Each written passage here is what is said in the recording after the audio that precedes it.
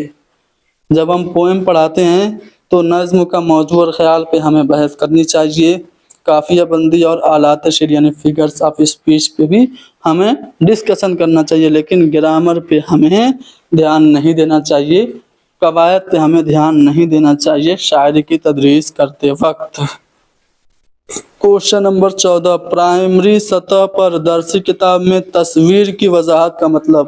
تصویری وضاحت جو چھوٹے بچوں کی کتابیں میں ہوتی ہے، کیوں ہوتی ہے؟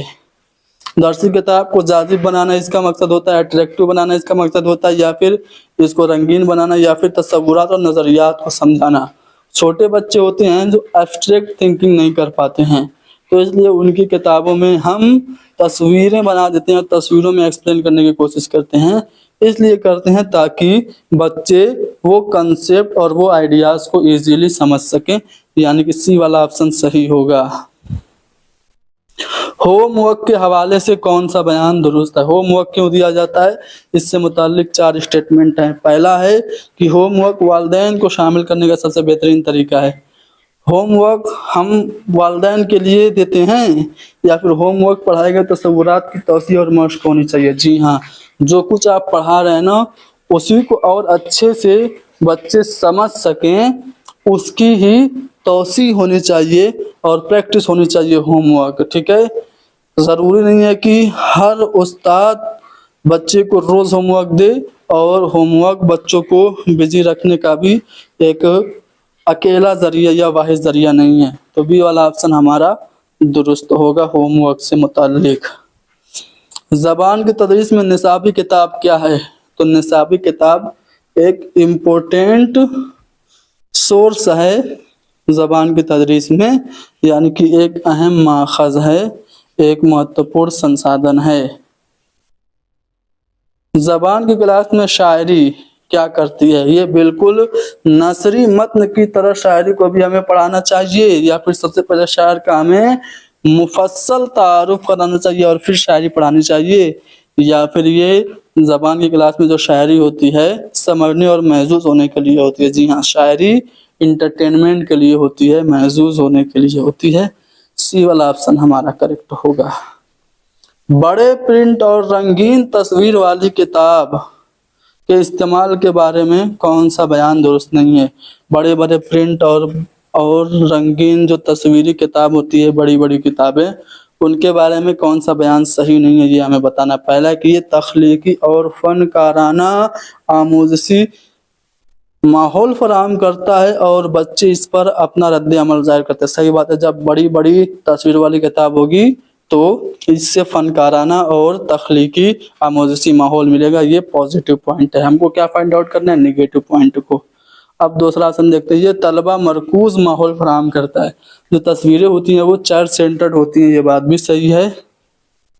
یہ خواندگی کی مشق کے ساتھ ساتھ لسانی اقتباس کا سیاق بھی فراہم کرتا ہے۔ ہمیں کیا پڑھنا ہے اس کا ہمیں کنٹیکسٹ بھی کتاب سے ملتا ہے، یہ بات بھی صحیح ہے۔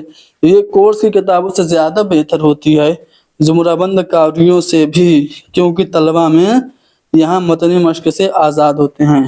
تو یہ بات صحیح نہیں ہے۔ بڑی بڑی جو رنگین کتابیں، بڑی تصویر والی کتابیں ہیں، ان سے متعلق جو چوتھا والا بیان ہے وہ ہمارا نیگیٹو پوائنٹ ہے۔ کوشچن نمبر 19، زبان کی کلاس روم کے بارے میں کون سا بیان درست نہیں ہے؟ کلاس میں شرغل کا مطلب ہے طلبہ آموزشی عمل میں شامل ہیں، صحیح بات ہے۔ جب بچے لرننگ پروسیس میں بزی رہیں گے تو تھوڑا بڑا شور تو ہوگا، یہ پازیٹیو بات ہے۔ منظم کلاس وہ ہے جہاں طلبہ آرام سے بیٹھا ہو اور ٹیچر پڑھا رہا ہو۔ بچے جب پیسیو رہیں گے، نسکریہ رہیں گے، آرام سے بیٹھے رہیں گے، تو کیا یہ اچھا کلاس کی کوالٹی ہے؟ یا پھر سوچنا، جوڑے اور تبادلہ خیال کرنا کلاس کو پوری سرگرمی میں شامل کرنے کا طریقہ ہے، صحیح بات ہے۔ جب ہم سوچیں گے، گروپ بنائیں گے، وچاروں کا آدان پردان کریں گے تو یہ ایک اچھی ایکٹیویٹی ہے۔ استاد طلبہ سے کہانی میں اگر رول پلے کرواتا ہے تو یہ بھی اچھی ہے، لیکن وہ کلاس جو بہت زیادہ سسٹمیٹک ہو، جہاں پہ پن ڈراپ سائلنس ہو، جہاں پہ طلبہ آرام سے بیٹھے ہوں اور صرف استاد پڑھا رہا ہو، تو یہ زبان کی کلاس روم کے بارے میں صحیح نہیں ہے، یعنی کہ آپشن بھی ہمارا نیگیٹو ہوگا۔ کوشچن نمبر 20، آپ کے مطابق درج ذیل میں سے کون زبان کی کلاس روم کا سب سے مستند مواد ہے؟ مستند مواد یعنی کہ اتھینٹک ٹیکسٹ، پرمانک وشے وستو، وہ چیز جو کہ کلاس میں پڑھانے کے مقصد سے تیار نہ کی گئی ہو لیکن اس کو ٹیچنگ لرننگ پروسیس میں یوز کیا جا رہا ہو، تو وہ کہلاتی ہے اتھینٹک ٹیکسٹ، پرمانک وشے وستو۔ جیسے اخبار، جیسے ہوٹل کا مینیو کارڈ لے کے آگے کلاس روم میں اس کا استعمال کرنا، ٹھیک ہے، جیسے کوئی پوسٹر، یہ سب مستند مواد ہوتے ہیں۔ منشی پریم چند کی چھوٹی چھوٹی کہانیاں، یہ سب مستند مواد ہیں، تو اخبار مستند مواد ہے۔ اور بھی بہت سارے سوالات ہیں اس چیپٹر میں، ٹیچنگ لرننگ مٹیریل کا یہ چیپٹر، اس میں بہت سارے سوالات دیے گئے ہیں۔ آپ کو مزید سوالات اگلی کلاس میں کرائے جائیں گے۔